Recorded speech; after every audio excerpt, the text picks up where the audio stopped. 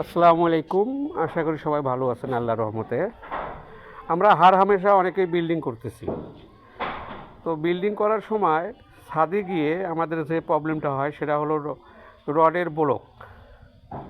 রডের ব্লক যদি clear covering ঠিক না থাকে তো অনেক সমস্যা। তো আমরা এখানে একটা ব্লক তৈরি করেছি ডবল জালির জন্য। আপনারা চাইলে করতে পারেন। এই যে ডবল জালির ব্লক। অনেক সময় পাইপ দিয়ে করলে হয় কি, আপনার ওই যে ব্লকটা যখন আমরা নিচে ফেলাই দেখা যায় যে উপরে আপনার হয়ে যায়, টেরা বাঁকা হয়ে যায়।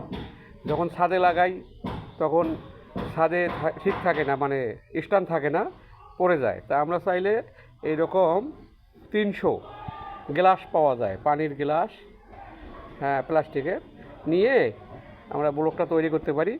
তাহলে আমার মনে হয় অনেকটা ভালো হবে। এটা আমরা যদি এখানে দেখেন, এখানে যদি আমরা কট দিয়েও দিই, এই যে দেখা যাচ্ছে, এই যে এখানে স্ট্যান্ডার্ড ঠিক থাকবে, রডটা এখানে ডিসপ্লেস হবে না, ব্লকটাও ডিসপ্লেস হবে না।